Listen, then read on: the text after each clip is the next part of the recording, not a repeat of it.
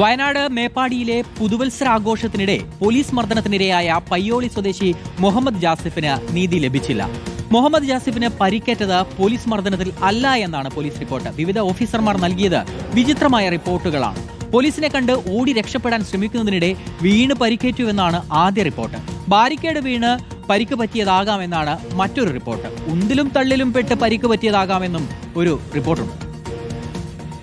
ഇതൊക്കെ നടക്കുന്നതെന്ന് വെച്ചാൽ അവിടുത്തെ പോലീസിലെ ഒരു CI ആയിട്ടുള്ള അജേഷിൻ്റെ നേതൃത്വത്തിലാണ് മൊത്തം ഈ ആക്രമണങ്ങളൊക്കെ നടക്കുന്നത്. എൻ്റെ കൈത്തിന് ചവിട്ടി പിടിച്ച് ശ്വാസം മുട്ടിക്കാൻ നോക്കിയതും കാലിനടിച്ചതും കൈക്കടിച്ചതും എൻ്റെ ഇപ്പോൾ വലത്തേക്ക് അതിൻ്റെ റിസ്റ്റ് പൊട്ടിക്കിടക്കുകയായിരുന്നു. ഇപ്പം കാലിനും പരിക്ക് തന്നെയാണ്. ഇപ്പോൾ 2-3 വ്യത്യസ്ത റിപ്പോർട്ടാണ് ഓരോ പരാതിക്ക് ഇവർ തന്നെ.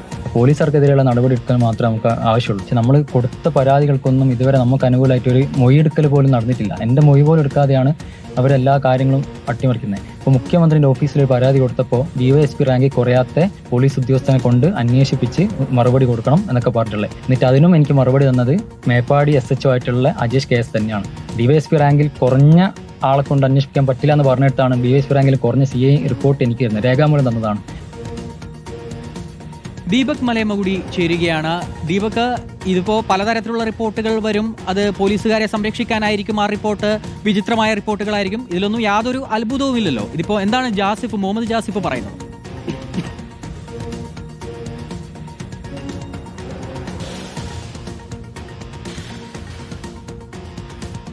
ഏക്കറിൽ ഒരു പുതുവർഷാഘോഷം നടക്കുന്നത്. അവിടെ നിരവധിയായ ആളുകൾ എത്തിയിട്ടുണ്ടായിരുന്നു. അവിടെ 12 മണിക്ക് ആഘോഷ പരിപാടികൾ കഴിഞ്ഞ് ഏതാണ്ട് 12:30 കൂടി ആളുകൾ തിരിച്ചു വരുന്ന ആ ഘട്ടത്തിലാണ് അവിടേക്ക് പോലീസ് എത്തുന്നത് എന്നുള്ളതാണ് ജാസിഫ് പറയുന്നത്. അവിടെ വെച്ച് ജാസിഫും അവരുടെ മറ്റൊരാളുകളുമായിട്ടുള്ള തർക്കമുണ്ടായെന്നും ആ തർക്കത്തിന്റെ അടിസ്ഥാനത്തിൽ പോലീസ് ലാത്തി വീശി അവിടെ നിന്നും അവരോട് മാറാൻ ആവശ്യപ്പെടാൻ വേണ്ടി ശ്രമിക്കുന്ന ഘട്ടത്തിൽ മുഹമ്മദ് ജാസിഫ് ഉൾപ്പെടെ രക്ഷപ്പെടാൻ വേണ്ടി അവിടെ നിന്ന് ഓടി മാറുന്നുണ്ട്. ആ ഘട്ടത്തിൽ ഒരു കുഴിയിലേക്ക് വീണ് അവിടെ നിന്ന് പരിക്കേറ്റതാണ് എന്നുള്ളതാണ് പോലീസിന്റെ ആദ്യത്തെ റിപ്പോർട്ട് എന്ന് പറയുന്നത്. രണ്ടാമത്തെ റിപ്പോർട്ടിലേക്ക് വരുന്ന ഘട്ടത്തിൽ അവിടെ ഉന്തും തള്ളും ഉണ്ടായിട്ടുണ്ട് ആളുകളുടെ തിരക്ക് കാരണം.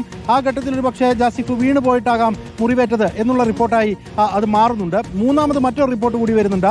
ആ റിപ്പോർട്ട് വരുന്ന ഘട്ടത്തിൽ അവിടെ ബാരിക്കേഡുകൾ ഉണ്ടായിരുന്നു. ഒരു പക്ഷേ ആ ബാരിക്കേഡ് വീണ് ദേഹത്ത് തട്ടിയാകാതിരിക്കാം മുറിവുകൾ എന്നുള്ളതാണ് പറയുകയും ചെയ്യുന്നത്. ഇതിൽ തന്നെ പിന്നീട് ആശുപത്രിയിലേക്ക് ജാസിഫ് എത്തുന്ന ഘട്ടത്തിൽ അവിടെ ചികിത്സയ്ക്ക് വേണ്ടി വരുമ്പോൾ ഇതിനു മുൻപ് ഈ സംഭവമൊക്കെ ഉണ്ടാകുന്നതിന് മുൻപ് കാലിനൊരു പരിക്കേൽക്കുകയും അത് പ്രകാരം അത്ര കണ്ട് വേഗതയിൽ ചലിക്കാൻ കഴിയാത്ത സാഹചര്യം ഒക്കെ ഉണ്ട് എന്ന് ആ മെഡിക്കൽ റിപ്പോർട്ടിൽ പറയുകയും ചെയ്യുന്നുണ്ട്. അത് വന്ന ഘട്ടത്തിലാണ് പിന്നീട് പോലീസ് അല്പം കൂടി മാറ്റം വരുത്തുന്നത്.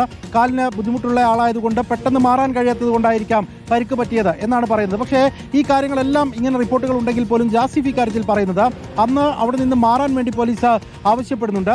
ആ പെട്ടെന്ന് തന്നെ പിന്നീട് ലാത്തി എടുത്ത് ആളുകളെ അടിക്കുകയായിരുന്നു. ആ ഘട്ടത്തിൽ ജാസിഫിന്റെ തലയ്ക്ക് പിറകിലാണ് ആദ്യഘട്ടത്തിൽ പരിക്കേൽക്കുന്നത്. പിന്നീട് കൈക്കുഴ തല്ലി ഒടിക്കുന്ന സാഹചര്യം ഉണ്ടായി എന്നുള്ളതാണ് ജാസിഫ് പറയുന്നത്.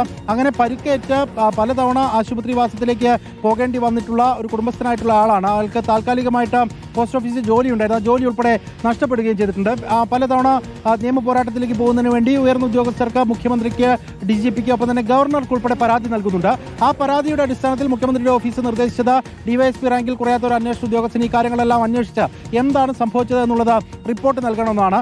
ആ റിപ്പോർട്ടാണ് അവിടുത്തെ തന്നെ SHO, അതായത് കുറ്റാരോപിതൻ തന്നെയായിട്ടുള്ള SHO നൽകിയത് എന്നാണ് ജാസിഫ് പറയുന്നത്. അതുകൊണ്ട് ഇനിയിപ്പോൾ കോടതിയെ സമീപിക്കുക, കോടതിയിൽ നിന്നെങ്കിലും ഒരു നീതി കിട്ടട്ടെ എന്നുള്ള പ്രതീക്ഷ മാത്രമാണ് ആ യുവാവിനെ സംബന്ധിച്ചുള്ളത്. അയാൾ കഴിഞ്ഞ ദിവസവും ഈ കാലിന്റെ പരിക്ക് അധികരിച്ചതിനെ തുടർന്ന് വീണ്ടും ആശുപത്രിയിലെത്തി സർജറി നടത്തി വീട്ടിലേക്ക് മടങ്ങിയിരിക്കുകയാണ്. ഇപ്പോഴും കൃത്യമായി ജോലി ചെയ്യാൻ പോകാൻ കഴിയാത്ത സ്ഥിതിവിശേഷമുണ്ട്. നെഞ്ചുവേദന ഉൾപ്പെടെ പല ഘട്ടങ്ങളിലും പലതരത്തിൽ അന്ന് ഏറ്റ മർദ്ദനത്തിന്റെ ബാക്കി പത്രം ഇപ്പോഴും അയാൾ അനുഭവിക്കുകയും ചെയ്യുന്നുണ്ട്. അപ്പോഴും നീതി എവിടെ എന്ന ചോദ്യത്തിന് മാത്രം ജാസിഫിന് ഉത്തരം കിട്ടിയിട്ടില്ല എന്നുള്ളതാണ് ബിനീഷ്. ഏതായാലും എല്ലാം കോടതി കാണും. അദ്ദേഹത്തിന് നീതി ലഭിക്കും എന്ന് തന്നെ നമുക്ക് പ്രതീക്ഷിക്കാം.